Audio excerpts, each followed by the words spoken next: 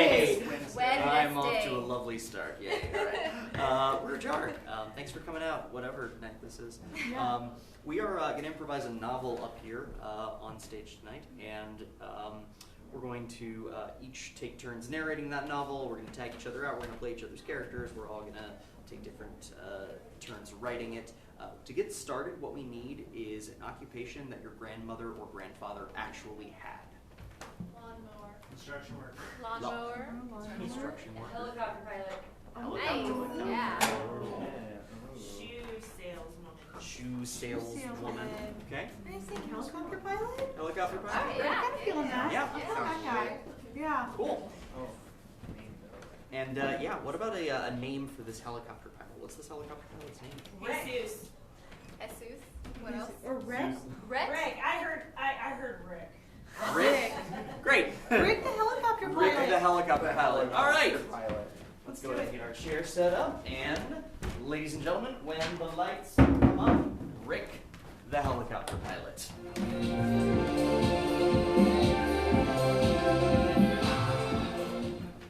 The sky was always where he wanted to be. In the clouds. It's where Rick belonged. Not on the ground. If he could, he would sleep in his helicopter. If he could float indefinitely, he would stay afloat in cumulus and cirrus clouds, high above all the people. Coming down for gas was his least favorite preoccupation, and yet it had to happen. His helicopter had to come down for gas, and every time he came down for gas, he saw his friend Dolores. Dolores Was an airplane pilot, and they fought a lot. Which vehicle was better, a helicopter or an airplane? He hated Boeing 777, And she hated choppers. and thus went there. The turbulent frenemy friendship. They would fight over which models were better and which deserved more airspace. They would take turns bashing each other's aircrafts. However, it was all in good fun and always good-natured, for Rick and Dolores, underneath all of the surface animosity, had a deep respect for each other because they both had a love for the sky. Rick never liked to keep his feet on the ground, and Dolores also liked keeping her feet in the air. She always thought she was like a bird, flying. She wanted to be a crow or maybe a hummingbird. And Rick always thought he was an eagle. So they'd always fight about which bird was better, the eagle or the Hummingbird. Which one had cuter talons? Which one had cuter feathers? Which one had better diets? It Went on and on, talking about the velocity at which they dive down from the sky to catch their fish, or when they roost upon a nest, how They roost when they are on that nest, almost as if they were roosters, but no, this was a different variety of bird. And so their playful debate about birds and planes continued well into their 20s and 30s, for neither one of them had much of a life but their aircrafts.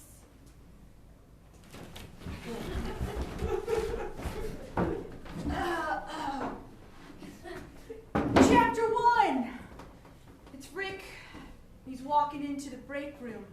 Inside one of the things on the tarmac that sit next to the tarmac where pilots go. And he's hanging out by himself, or so he thinks, refueling not only his machine but his body, which he also thinks is much like a helicopter. His arms are like the spinny things, and he spins them and exercises them before he pilots, thinking he is alone, but of course he's not. Dolores is nearby. Well, well, well. It isn't the chopper the eagle. Well, well, well, if it isn't Boeing 77, the Condor. They had cute nicknames for each other. These weren't the only ones. They would riddle them off every morning. Dozens and dozens of nicknames. Oh, how you doing there, Airball? Oh, I'm good. Oh, well, that's so nice to hear. Whoa, calm down, Black Hawk down. Whoa! This would go on for hours. Blocking the coffee maker, and the air traffic controller named Steve would just stand there waiting for them to end. Steve was kind of the neutral guy, sort of like Switzerland. Hey guys. I can Oh. just- Oh, Steve, wait your turn, man. Come on. I'm sorry. I'm if sorry. it isn't the old Halo wannabe. Oh, well, if it isn't if she actually had wings, maybe she'd have taken off by now. Oh, if it isn't the I can only fit 4 people in my aircraft, unlike my other people's Oh, aircraft. if it isn't I'm a commercial airliner now. We can just move the conversation to... Steve, why do you have to rush all the time? This tendency of Steve made him a very poor air traffic control. He actually had many instances where he had a hard time telling airplanes that they could not land. We would see it almost every day. He would sit in his tower talking to airplanes. Sorry, no. Johnson, Captain Johnson, you are not cleared for landing. You are not cleared for landing. No. Attention, air traffic controller. If I'm not cleared for landing, I'm just going to do barrel rolls up here all day with all of my passengers. That is not within the code. This would lead to many accidents. It was actually the airport with the highest amount of crash landings and parachuted pilots. And yet Steve remained in his job.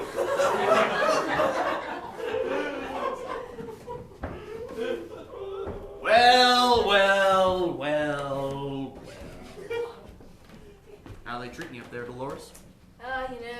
Passengers want this and that, and can I take this on the plane, and can you not do a bumpy landing, and can you not just talk on a little thing incessantly about your cat? Bumpy Come on. landing. See, I can just pretend I can't hear them. Once we're up in the air and the chopper's going, then I can just look at them and go, Yeah, I need to start.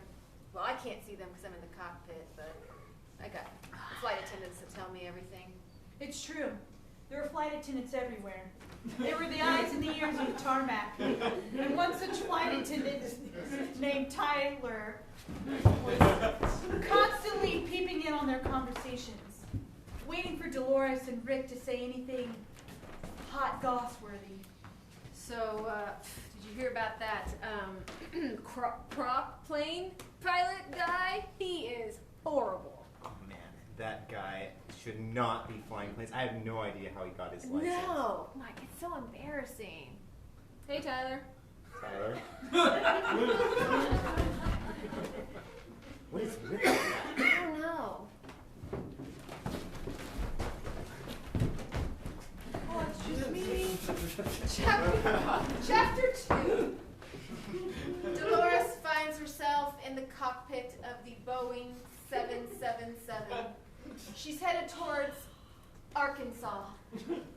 And she's got about 150 people on the plane.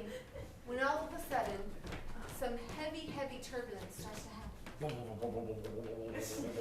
Not my almond milk. She tells everyone to remain calm, as she's instructed to do. Hey, it's me, Dolores, on the mic. Just want to let you guys know that it's going to be a little wiggly jiggly in the air. If you want, you can close your laptop. I would just close your eyes and kind of think of it as a massage chair, you know, kind of a free 30K massage, you know. A lot of people pay a lot of money for this in France and stuff, so you're welcome. So just kind of kick back, guys. But it's not working, so she decides to do her old trusty rap to them. I noticed that a lot of you guys are upset, so I just thought I would calm you with some slight beats. Snacks to my left, snacks to my right. Close your eyes on the flight. If you don't open, pretend it's night, and then we'll be landed. It's gonna be alright. Snacks to my left, snacks to my right. Close your eyes and it'll be alright. If you keep close, it'll look like night. Keep your eyes closed. Okay, alright. And it was almost if her magnificent rap was heard by the skies and the wind around her, for the turbulence ceased to exist, and the plane continued riding at a smooth, calming pace. Just like I thought. Hey, Steve, are you down there at the air traffic controller? Steve, are you down there? Oh, well, I didn't, see, can I help you? Hey, Steve, I don't land for like another few hours, but I just wanted to hear your voice, you know? Oh, you're gonna mix up the order, I don't. It's okay, it's 3 hours and 49 minutes from now. You have plenty of time, Steve. That I'm flight DL420, remember? D7. Yeah, down 89. DL. Steve, listen. I want to see you, Steve. I'm tired of just talking to you through this phone. Okay? My ambitions don't just lie in the air, okay? I know I'm in this cockpit, but this isn't the cockpit I want. Go to get coffee in the morning and Steve, just listen to me, okay? But Just meet me on the tarmac if you feel the same way I feel about you. who's gonna watch? Steve, everything's in autopilot. Planes can fly themselves, okay? What? Why do I? Steve, just stop looking at the charts and start listening to your heart, okay? Do I need to sing my rap about hearts? I haven't listened to Bill Clinton long. Yes. She felt compelled to sing the song. Steve, this is for you and I wrote it for you. Sometimes you gotta listen to your heart. It may not seem very smart, but it is like when you make art, when your body and my body come together, we make art from the heart. Art from the heart. This song inspired Steve and hit him so deep inside his soul that it was almost as if all of his doubt and uncertainty melted away and he was finally able to say how he felt. That's a big 10-4. I'll meet you down on the tarmac.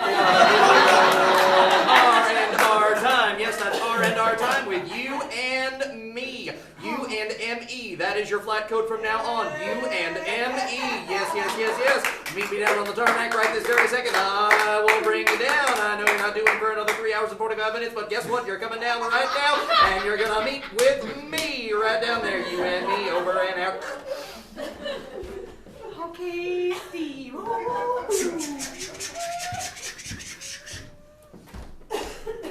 Wow.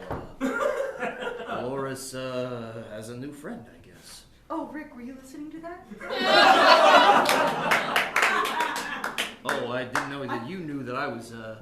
Well, hey, that's great for you. Oh, Yeah. I don't want you to find out about this. Listen. Oh, that's okay. I thought you were on FM 920, not on AM. I thought you were on a different frequency. No, I hopped over because it's better, the fewer people on there now. Who'd have thunk it? Yeah. Well, yeah, that's kind of the frequency that, Steve, like Steve and I chose. Yeah, it's a, it's, But it's you, a public frequency. I mean, it's not like it belongs to me and Steve. Like, yeah, no, it's okay. You just enjoy yourself. I'll just, wait. I'll be, you go, you take your refueling now, and then I won't even come around. I'll head out. I'll head out. It's okay. Okay, warm breath. That's a big 10-4. You're gonna head out right now. You're gonna drive yourself right into the mountain. Yes, you are. Thank you very much, Rick. Off you go. Over and out.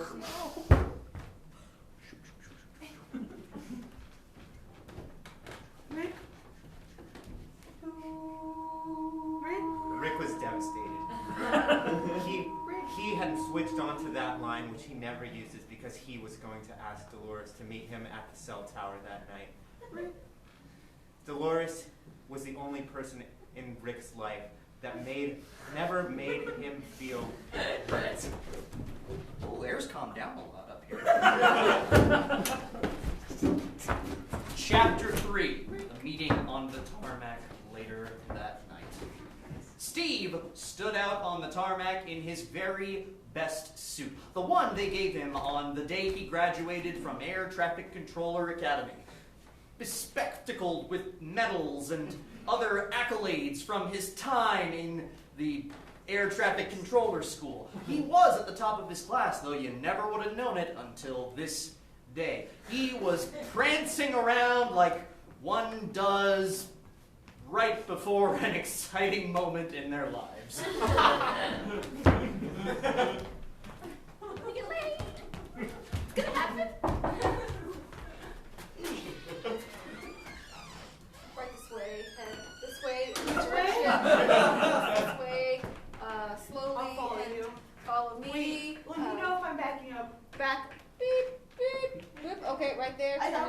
trust you. I want to do kind of like a trust fall.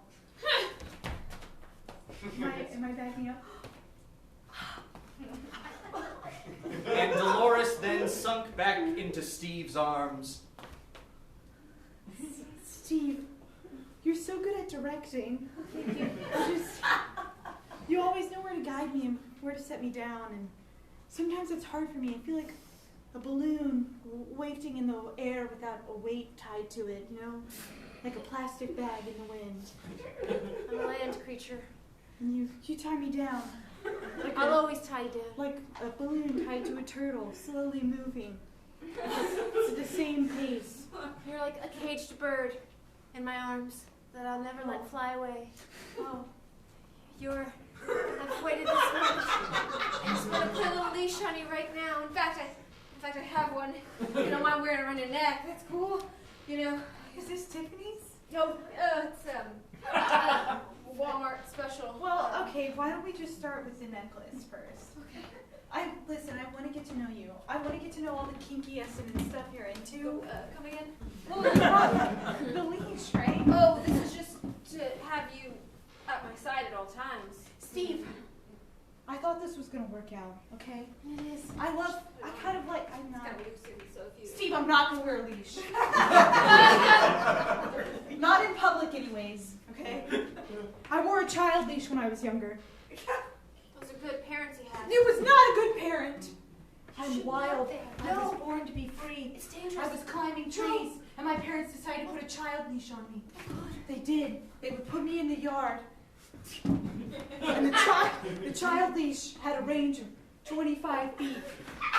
So I could still cause a lot of damage. I couldn't get Dolores remembered that oak tree that she leaned against like it was yesterday. The branches cast a shadow over her. She would stretch herself out as far as she could go, but it was never quite far enough. I can hate this tree.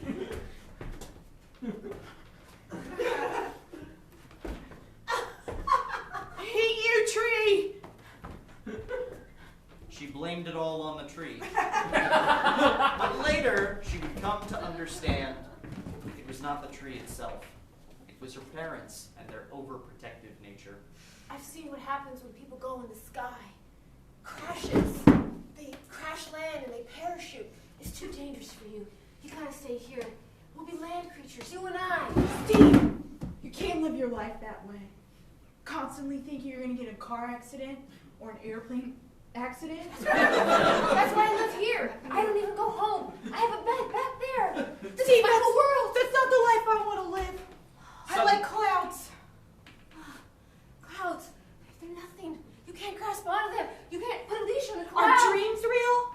No. Can you hold on to dreams? No, that's why. This is the only thing that's real. You and me and Just because you can't see it doesn't mean it's not real. Suddenly, Dolores realized though Steve had been directing airplanes for his entire life, he'd never actually been in and experienced one for himself. This gave Dolores an idea. You have to come to my Boeing 77. No. Steve, I tried on your necklace leash. For you, Steve. The least you could do is try something with mine on. One non-stop, direct flight. Okay? No bullshit layovers. I want first class. As they both gazed into each other's eyes, a tiny flicker of green light glowed behind them. It was the AM radio that had been on this entire time. Chapter 4. Steve was strapping himself into the co-pilot seat. I don't usually sit when I fly. What? I prefer standing, like a standing desk. It's more ergonomic. Okay, leashed in. Okay. Do you like it? Do you like the seatbelts and the security? How about we just, stay here. I'm in the plane. We're not wearing seatbelts. What? No. No. Trust me, standing is better. I thought sitting in a seat and seatbelt goes was safe. It's not. It's been proven by the FFA. You're locking your mind and your body away. Your body's already a prison. Let it out further. She took the throttle and she put it down to the metal. Oh God, it's happening. It's happening. This is it, Steve. Okay, The this is Boeing it. 727 accelerated faster and faster. Okay. And then as the plane began to generate lift, Dolores took Steve into the air. Do we have a barf bag anywhere? I want you to barf on the windshield. Why? That doesn't make any sense. I want to prove to you that I don't need the windshield. In fact, I'm going to turn the power off to the cockpit. No. It's off. Can you hear that? It sounds like a hybrid car. It was all quiet for a moment, and then the steady thump, thump, thump of a helicopter approached near Dolores' window. It's too close. It's not too close. It's that Rick, isn't it? It is. Rick, are you there? Worm breath? Yeah, rolling down my window. I want to talk to you face to face, okay? All right. I'm tired of talking to you on this stupid microphone. It's got really good acoustics, though. The acoustics are amazing. We really did not skimp out on the budget with these, but Nest head, worm breath. Elbows. Egg bones. What's happening? Talon teeth. Bird bread. Poop ears. Listen, what's happening right now? It's not what it looks like. Well, what does it look like then? Steve knew exactly what it looked like. And Steve, as fearful as he was of the sky itself, was even more fearful of losing the beautiful thing that he had built with Dolores. He leaned right over Dolores' face, got into Rick's face, and yelled, You take your hands off her, you damn bully! I'm not even touching her. What are you talking about? Oh, I thought you were Steve, listen to me. Oh God, we're gonna die. Steve, My we're last not going hope. to die. Sit down, Steve. Buckle up. Good idea. I realized you're not the man for me, Steve. Wait, what? I thought I wanted to be grounded. I thought I wanted my e-brake on full blast all the time. I thought I wanted the parking wheel down. But I don't. I want to fly. And birds of a feather flock together. Just like you and me, Rick. We're pigeons. You and me, or perhaps other birds, like turkeys. I was always so doubtful because you loved airplanes and I loved helicopters, but now I realize that the latch that has never attached to anything on my helicopter in my life. And just then, a latch emerged from the helicopter and attached itself onto the airplane, merging them into one super aircraft. Okay. Guys, this is all awesome, but we're going down at this point. Rick, Oh, God. this is the most amazing aircraft I've ever been in. This is spectacular. It combines everything that my aircraft is missing and everything that yours is missing too into one perfect flying machine. There are only pros and no cons. No! Nothing bad is happening right now at all. I'm sorry that you had to hear the wavelength that you did. Guys, the ground's getting closer. Oh! It's fine. I'll turn the power back on and coast us back to 30,000 feet. Dolores, I don't know if your power is working, but my power is not coming back on the helicopter. Well, with my love and your love, we don't need power. We just connect a circuit here together, and we'll power this baby. Do it. Yes, the new Boeing 99 was fueled entirely on love, and the more love that was input into it, the faster and higher the plane would get. This is it. Guys, we're too high. My ears are popping. They soared above the clouds, higher than any aircraft was permitted to go. This is what it feels like. and pierce through the atmosphere. Oh God. We're higher than the International Space Station. Oh God. This is it. I'm a land creature. This is it.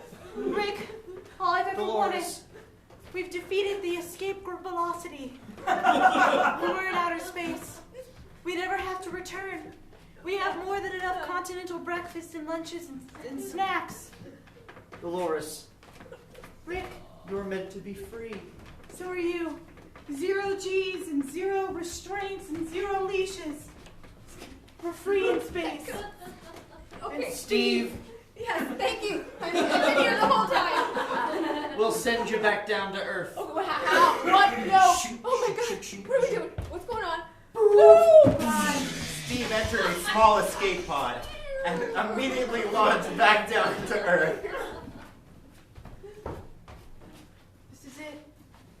All the Diet Coke and peanuts you could ever want.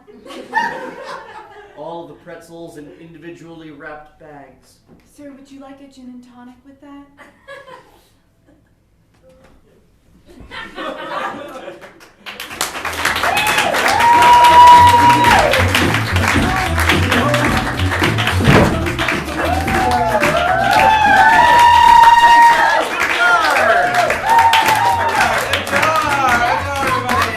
That is the end of our show. Thank you so much for coming. Thank you to the tech booth.